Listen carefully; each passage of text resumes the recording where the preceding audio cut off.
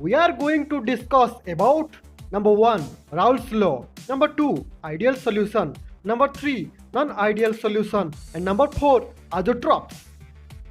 पहले पढ़ते हैं राउल्स लॉ।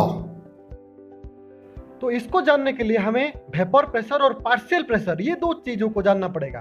तो सबसे पहले वेपर प्रेशर। क्या है vapour pressure? Take a container and take any liquid whatever you want in the container. हम जानते हैं किसी भी लिक्विड अगर वो अपना बॉइलिंग पॉइंट टेम्परेचर से कम रहता है, वो सरफेस में जो लिक्विड है वो बाहर से एनर्जी को एब्जॉर्ब करके लिक्विड स्टेट से वेपर स्टेट में आना चाहता है। इस प्रोसेस इज कॉल्ड इवापोरेशन। अब हम क्या करेंगे, ये कंटेनर को क्लोज कर लेंगे। तब क्या होगा? Due to increase of vapour density some of the vapour strike with the liquid surface and come back from vapour state to liquid state. थोड़ी देर बाद क्या होगा बोलिए? जितना लिक्विड पार्टिकल इवापोरेशन होके वेपर में कन्वर्ट होता है, उतना ही वेपर पार्टिकल कंडेंसेशन होके लिक्विड में कन्वर्ट होता है। That stage is called equilibrium state, where the rate of evaporation is equal to the rate of condensation. और वही इक्विलिब्रियम स्टेट में कोई भी लिक्विड का वेपर जितना प्रेशर एक्सट्रैक्ट करता है उसी को हम वेपर प्रेशर कहते हैं। And the definition says the pressure exerted by a vapor over a liquid when they are in equilibrium with each other is known as vapor pressure। वही बात लिखा है। वेपर प्रेशर किसी भी लिक्विड का एक सिग्नेचर कैरेक्टरिस्टिक्स है, एक प्रॉपर्टी है।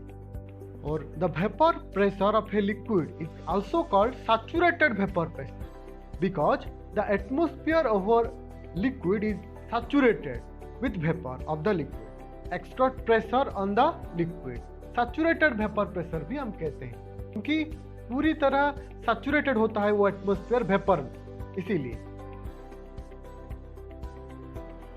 अगर हम वाटर की बात करेंगे तो the vapour pressure of water is also known as aqueous tension. Francois Marie Raoult, a French chemist, first studied the vapor pressure of liquid solution in the year 1887.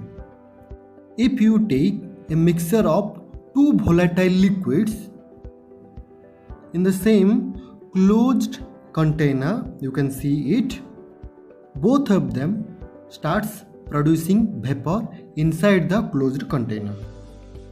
So as we know, according to Dalton's law of partial pressure, the total pressure inside the container is the sum of individual pressure of the respective components। जैसे कि एक aquarium में कई तरह के मछलियाँ रहती हैं, सो कई कलर के मछलियाँ रहती हैं, तो टोटल कितने मछली है तो कैसे हम निकालेंगे? टोटल मछली इक्वल टू तरह तरह के कलर के जो मछली है उसका सभी का काउंट कर लेंगे तो मिल जाएगा टोटल कितने मछली है। Suppose we are taking water and alcohol, both of them separately, and we can mix it in a closed container. Mix होने के बाद वाटर और अल्कोहल दोनों लिक्विड वेपर में कन्वर्ट होना शुरू हो जाएगा। अब total pressure equal to partial pressure of water plus partial pressure of alcohol. अब पार्शियल प्रेशर मतलब क्या है? देखिए, किसी भी गैसियस मिक्सचर में किसी वन गैस का कितना प्रेशर एक्सट्रैक्ट करता है उसी को हम वही इंडिविजुअल एक गैस का पार्शियल प्रेशर कहते हैं। अच्छा, अब वही सॉल्यूशन में हमें निकालना है अल्कोहल का पार्शियल प्रेशर। उसके लिए हमको वो कंटेनर में, वो जो क्लोज कंटेनर में कितना मोल फ्रैक्शन अल्कोहल लिए थे ये हमें पता होना चाहिए, और वही मोल फ्रैक्शन के साथ हमें मल्टीप्लाई करेंगे vapour pressure of pure alcohol. तो यही तो है राउल्ट्स लॉ।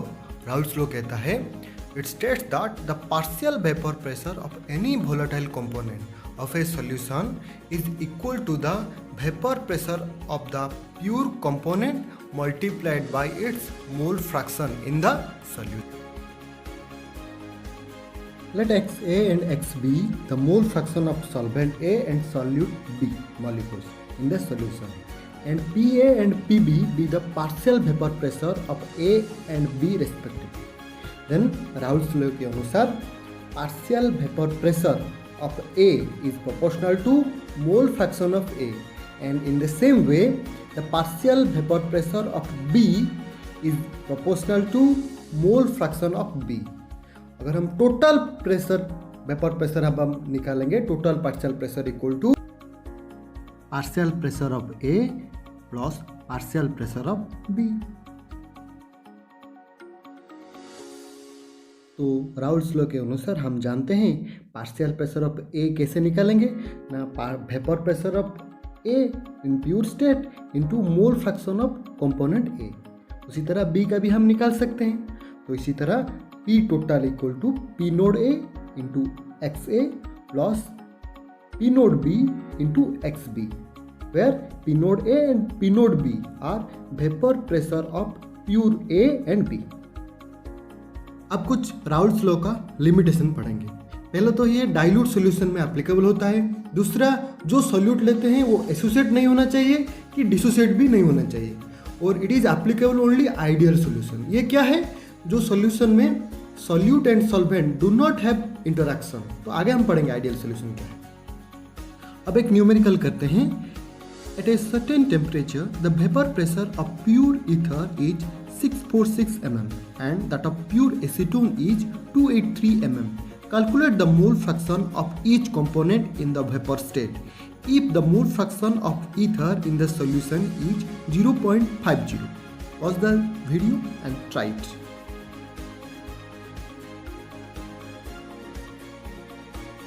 सबसे पहले इन given solution both ether and acetone are volatile, और ये बाइनरी सोल्यूशन है। ईथर का ए ले लेंगे और बी हो acetone, and we can know vapour pressure of solution जिसको हम पी टोटल कहते हैं। P total equal to P A plus P B, और हमें पता है P nought A x A plus P nought B x B. So अभी दिया गया है पी ए का 646 इंटू दिया गया है ईथर का 0.5 प्लस 283 जो कि दिया गया है इंटू 0.5। ये एक्स बी नहीं दिया गया है, मगर हम बाइनरी सोल्यूशन का एक का अगर पता चल जाएगा तो दूसरा का 0.5 होगा, क्योंकि दोनों मिलके 1 होता है। तो इस तरह पी टोटल आ गया हमारा। अभी हम मोल फ्रैक्शन निकालेंगे। मोल फ्रैक्शन में vapour state is given as, हमें पता है mole fraction of a component जो कि वेपर में है, तो pressure A divided by total pressure equal to vapour pressure of A into mole fraction of A by total. इस तरह से पूरा डाटा गिवन है, हमें वेपर में आ गया मोल फ्रैक्शन का, और मोल फ्रैक्शन ऑफ बी भी आ गया। तो इस तरह से हम ये न्यूमेरिकल कर सकते हैं। Next topic, ideal solution. What is ideal solution? जो सॉल्यूशन राउल्ट्स लॉ को स्ट्रिक्टली फॉलो करता है उसी को हम आइडियल सॉल्यूशन कहते हैं। सॉल्यूट और सॉल्वेंट का किसी भी कॉन्सेंट्रेशन का ले लो, फिर भी वो राउल्ट्स लॉ को स्ट्रिक्टली फॉलो करता है। इसका मतलब P total equal to P A plus P B होना चाहिए कंपल्सरी। ये इसीलिए होता है कि सॉल्यूट सॉल्यूट, सॉल्यूट सॉल्वेंट और सॉल्वेंट सॉल्वेंट में जो भी इंटरेक्शन है, इधर में भी रिपल्सन और अट्रैक्शन, वो हमेशा इक्वल रहता है।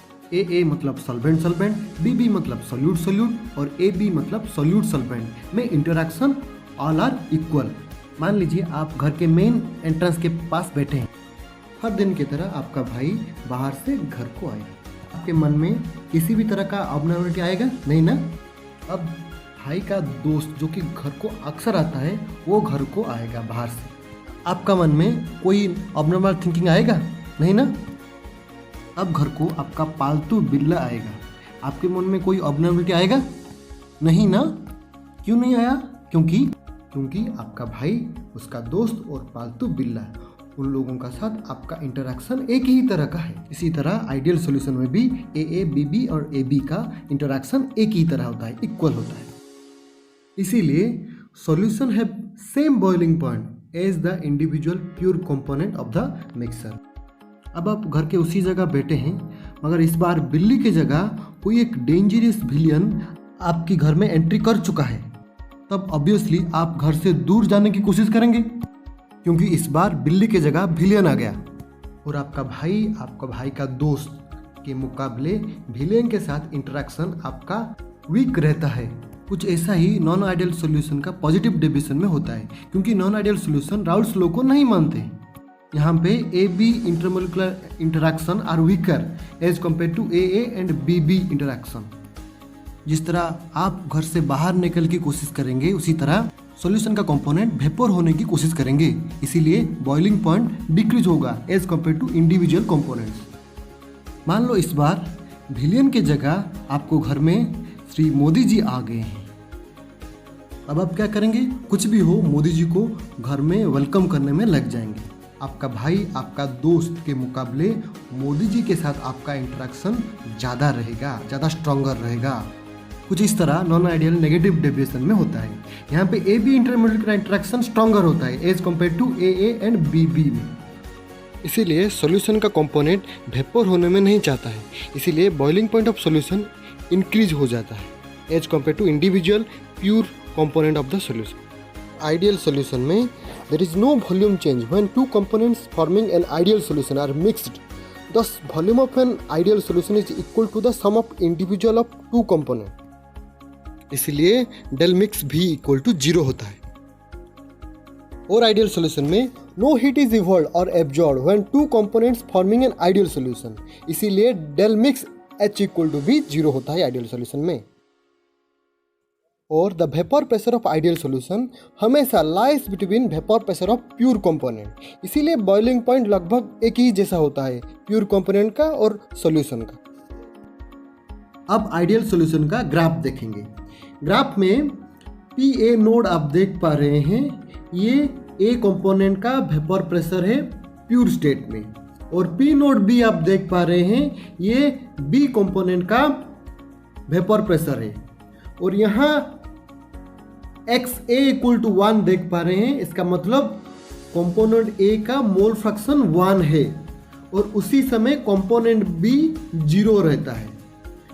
और जब हम लेफ्ट से राइट तक आएंगे, कंपोनेंट ए का कॉन्सेंट्रेशन कम होता जाएगा, मोल फ्रैक्शन कम होता जाएगा, और कंपोनेंट बी का मोल फ्रैक्शन इंक्रीज होता जाएगा।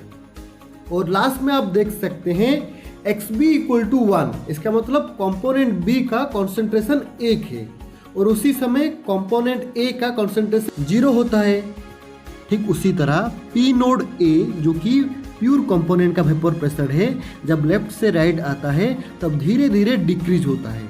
और उसी तरह पी नोड बी जो कि पी नोड ए से थोड़ा सा ज़्यादा है, इसका मतलब वेपर प्रेशर बी का ज़्यादा है ए के मुकाबले, वो भी जब हम लेफ्ट से राइट आते हैं तो धीरे धीरे डिक्रीज होता जा रहा है।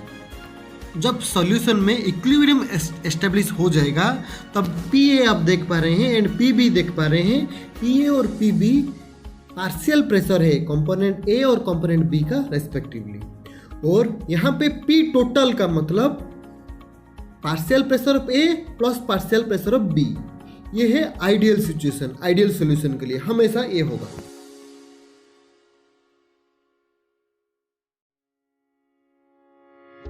और एक इम्पोर्टेंट बात, दुनिया में आइडियल एब्सोल्यूट आइडियल सॉल्यूशन कोई होता नहीं है, बस अप्रोक्सीमेटली आइडियल सॉल्यूशन कुछ के करीब जा सकता है।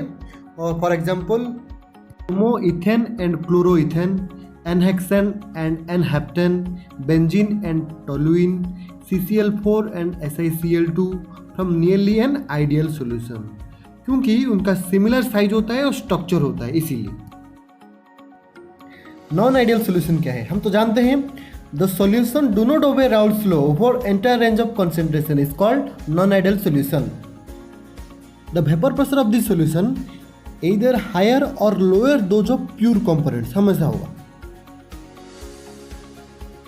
This solution show two type of deviation from the Raoult's law.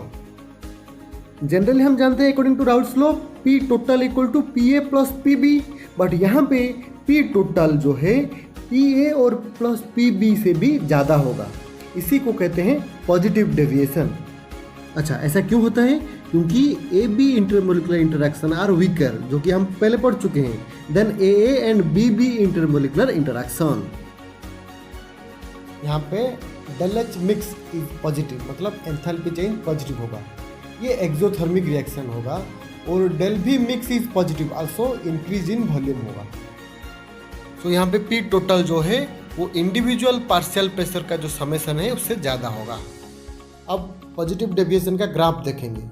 Graph में जो डॉटेड लाइन है वो आइडियल सॉल्यूशन को शो करता है, और जो डार्क लाइन है वो कितना डेविएशन है उसी को शो करता है। तो हम देख सकते हैं पी नोड ए और पी नोड बीच में जो डॉटेड लाइन है वो पी टोटल का है, मगर यहाँ पे पॉजिटिव डेविएशन के वजह से वो आइडियल से थोड़ा ज़्यादा बढ़ गया है। और उसी तरह हमारा इंडिविजुअल पार्शियल प्रेशर जो है पी ए और पी बी का भी वो आइडियल से थोड़ा ज़्यादा बढ़ गया है, तो इसी को हम पॉजिटिव डेविएशन कहते हैं। अच्छा, चलिए एक एग्जांपल लेते हैं। हम इथेनॉल सॉल्वेंट में एसीटोन ऐड करेंगे, ये दोनों पॉजिटिव डेविएशन शो करता है। इसका मतलब इथेनॉल और एसीटोन इंडिविजुअल इसका जो बॉइलिंग पॉइंट है मिलाने के बाद इसका बॉइलिंग पॉइंट कम हो जाता है, क्योंकि इथेनॉल और एसीटोन तुरंत वेपर स्टेट में कन्वर्ट होना चाहते हैं जब हम दोनों को मिला लेंगे। तो ऐसा क्यों होता है? पहले तो इथेनॉल मतलब ए में अट्रैक्शन होता है हाइड्रोजन बॉन्ड, और एसीटोन में भी हाइड्रोजन बॉन्ड रहता है। जब इथेनॉल में एसीटोन डालेंगे तो एसीटोन इथेनॉल के बीच में जब इंटरेक्शन होता है तो इथेनॉल का हाइड्रोजन बॉन्ड टूटने लगता है, और हम जानते हैं इथेनॉल यहाँ पे होस्ट है। तो जब इथेनॉल का हाइड्रोजन बॉन्ड टूटता है तब इथेनॉल और एसीटोन का इंटरमोलिकुलर इंटरेक्शन पैटर्न जो है वो चेंज होता है, इसीलिए मॉलिक्यूल का वेपर में कन्वर्ट होना शुरू हो जाता है। तो मॉलिक्यूल जो है सॉल्यूशन का, क्योंकि वेपर में होना चाहते हैं, इसीलिए उसका जो बॉइलिंग पॉइंट जो है वो कम हो जाता है। याद रखिए कुछ पॉजिटिव डेविएशन, कुछ सॉल्यूशन का नाम जो कि राउल्ट्स लॉ के पॉजिटिव डेविएशन दिखाते हैं। अब negative deviation from Raoult's law. हमें पता है नेगेटिव डेविएशन क्या है। यहाँ पे टोटल प्रेशर जो है वो इंडिविजुअल पार्शियल प्रेशर ऑफ ए और बी का पार्शियल प्रेशर से कम होता है। ऐसा क्यों होता है? क्योंकि हम जानते हैं A B intermolecular interaction are stronger than A and B B intermolecular interaction. और यहाँ पे एंथैल्पी चेंज नेगेटिव होता है, मतलब एंडोथर्मिक रिएक्शन होता है, और डेल भी मिक्स जो है वो नेगेटिव होता है, मतलब वॉल्यूम कम होता है जब हम दोनों को मिलाएंगे। और पी टोटल का जो प्रेशर रहता है वो इंडिविजुअल पार्शियल प्रेशर से कम रहता है। ग्राफ में आप देख सकते हैं जो डॉटेड लाइन है वो आइडियल सॉल्यूशन को रिप्रेजेंट करता है, और जो कर्व लाइन है वो डेविएशन कहता है। और यहाँ पे देखिए आइडियल लाइन से नीचे रहता है पी टोटल का वैल्यू, और इंडिविजुअल पार्शियल प्रेशर का वैल्यू भी कम रहता है नेगेटिव डेविएशन में। जब हम क्लोरोफॉर्म सॉल्वेंट में एसीटोन डालेंगे तो पहले क्लोरोफॉर्म में कोई हाइड्रोजन बॉन्ड नहीं था। जब एसीटोन आया तो क्लोरोफॉर्म और एसीटोन में एक हाइड्रोजन बॉन्ड आया, तो इसीलिए क्लोरोफॉर्म का जो एस्केपिंग टेंडेंसी है वो कम हो गया, मतलब वेपर प्रेशर डिक्रीज होगा। इसके वजह से इसका जो बॉइलिंग पॉइंट है इंक्रीज होगा। यह रहा कुछ एग्जाम्पल नेगेटिव डेविएशन का, याद रखिए। So what is azeotrope? A solution that form a vapor with the same concentration as the solution. इसका मतलब क्या है? देखिए ये एक स्पेशल केस है, आमतौर पे ऐसा नहीं होता है। आमतौर पे सॉल्यूशन का जो कंसंट्रेशन है और वेपर का कंसंट्रेशन है हमेशा अलग अलग रहता है, मगर यहाँ पे सॉल्यूशन का कंसंट्रेशन जितना रहता है, जब वेपर फॉर्मेशन होता है वेपर का भी कंसंट्रेशन उतना ही रहता है। तो इसीलिए हम इसको डिस्टिलेशन या फिर फ्रैक्शनल डिस्टिलेशन में कभी भी सेपरेट नहीं कर सकते। पहले फ्रैक्शनल डिस्टिलेशन का प्रिंसिपल समझेंगे। देखिए, जब पेट्रोलियम को फ्रैक्शनल डिस्टिलेशन किया जाता है तो क्या होता है, सभी का बॉइलिंग पॉइंट जो है वो अलग अलग आता है। तो जब टेम्परेचर इंक्रीज होता जा रहा है तब उसमें से जिसका वेपर प्रेशर ज़्यादा निकलता है, इसका मतलब जो जल्दी से वेपर होना चाहता है वो पहले वेपर में कन्वर्ट हो जाएगा। उसका मतलब उसका बॉइलिंग पॉइंट जो है वो कम होता है और उसी समय वेपर का मोल फ्रैक्शन और सॉल्यूशन का मोल फ्रैक्शन अलग अलग रहता है। तो इसीलिए हम इजीली कंपोनेंट को सेपरेट कर सकते हैं। मान लीजिए हम एक सॉल्यूशन लेते हैं जिसमें इथेनॉल का मोल फ्रैक्शन 0.4 है और वाटर का 0.6 है। इन सॉल्यूशन में जब वो वेपर कन्वर्ट होता जाएगा उसका मोल फ्रैक्शन है 0.3 एंड 0.7। तो यहाँ पे देख रहे हैं आप, सॉल्यूशन का मोल फ्रैक्शन और वेपर का मोल फ्रैक्शन अलग अलग रहता है। तो हम इजीली डिस्टिलेशन के मदद से हम इसको अलग कर सकते हैं। और यहाँ पे पहले अल्कोहल निकल जाएगा, उसके बाद वाटर, क्योंकि बॉइलिंग पॉइंट दोनों का अलग अलग है तो इसीलिए दोनों सॉल्यूशन से अलग अलग समय निकलेंगे। मगर हम वही दो कंपोनेंट को लेकर के कुछ ऐसे कंपोजिशन में चेंज करेंगे जिसके वजह से हम वो दो कंपोनेंट को डिस्टिलेशन के मदद से या फिर फ्रैक्शनल डिस्टिलेशन के मदद से कभी भी सेपरेट नहीं कर सकते। उसको हम एजोट्रोपिक मिक्सर कहते हैं। हाँ, मगर हाँ, किसी भी तरह का कॉन्सेंट्रेशन में हम मिक्स कर देने से एजोट्रोपिक मिक्सर नहीं बनता है। एजोट्रोपिक मिक्सर बनाने के लिए हमें 95% अल्कोहल में 5% वाटर जब हम मिला लेंगे तब वो बन जाएगा हमारा azeotropic mixer. Thus, solution behave as a azeotrope in a fixed concentration, and azeotropic mixtures are binary solutions. They have a fixed composition also. और उसका बॉइलिंग पॉइंट भी सेम होगा मिक्सर का, दोनों का। उसका मतलब दोनों ही एक साथ वेपर में कन्वर्ट होना शुरू हो जाएंगे, मतलब उन दोनों का बॉइलिंग पॉइंट एक ही हो जाएगा। इसीलिए हमें दोनों का वेपर मिल जाएगा वेपर स्टेट में, और उसी समय कॉन्सेंट्रेशन का भी मोल फ्रैक्शन सेम होता है। तो अगर हम दोनों का जो वेपर है उसको अगर हम कंडेंसेशन करेंगे तो कंडेंसेशन के बाद दोनों ही लिक्विड हमारा बच जाएगा। तो इसीलिए फ्रैक्शनल डिस्टिलेशन हम नहीं कर सकते। एजोट्रोपिक मिक्सचर दो तरह का होता है, एक है azeotropic mixture with minimum boiling point और दूसरा है azeotropic mixture with maximum boiling point. तो सबसे पहले बात करेंगे azeotropic mixture with minimum boiling point. So azeotropic mixture with minimum boiling point का मतलब क्या है? इसका मतलब जब हम एजोट्रोपिक मिक्सचर बनाएंगे उसका बॉइलिंग पॉइंट कम हो जाएगा, मतलब मिनिमम हो जाएगा as compare to their individual pure components का boiling point, and it is formed by liquids showing positive deviation from Raoult's law.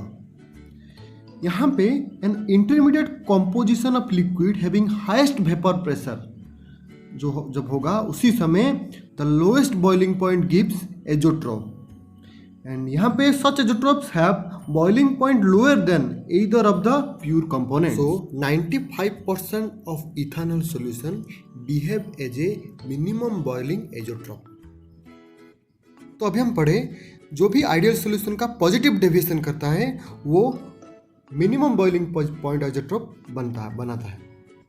So positive deviation का मतलब याद है, हम पढ़े थे वो विलियन वाला। हाँ, ए और बी में इंटरैक्शन वीक होता है और एज कंपेयर टू ए और बी में।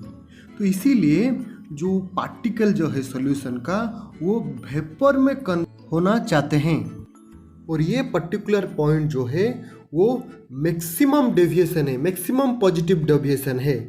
और वही कंसंट्रेशन में अल्कोहल और वाटर का लिक्विड स्टेट में मोल फ्रैक्शन और वेपर स्टेट में मोल फ्रैक्शन इक्वल होता है। तो यहाँ पे दोनों का दोनों लिक्विड वेपर में एक साथ कन्वर्ट हो जाते हैं, और उसको हम कंडेंस करेंगे तो दोनों फिर से लिक्विड में कन्वर्ट हो जाएंगे।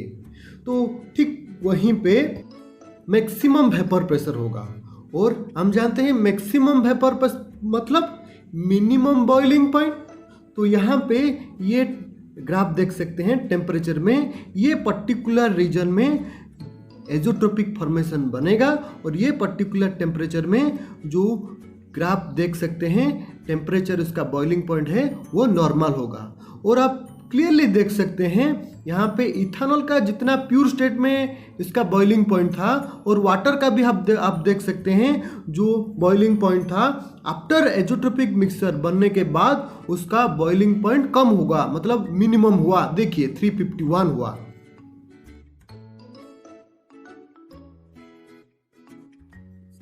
ये रहा कुछ और एग्जाम्पल मिनिमम बॉइलिंग पॉइंट एजोट्रोप का।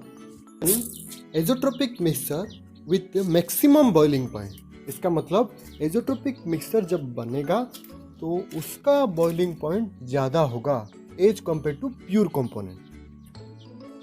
So it is formed by liquids showing negative deviation, as you know. An intermediate composition of liquid having minimum vapor pressure, thus highest boiling point gives this azeotrope. And such azeotrope have boiling point higher than either of pure component. ये रहा कुछ example.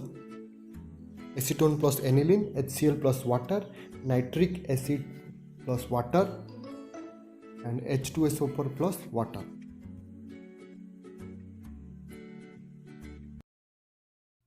Thanks for watching. Take care. Bye bye.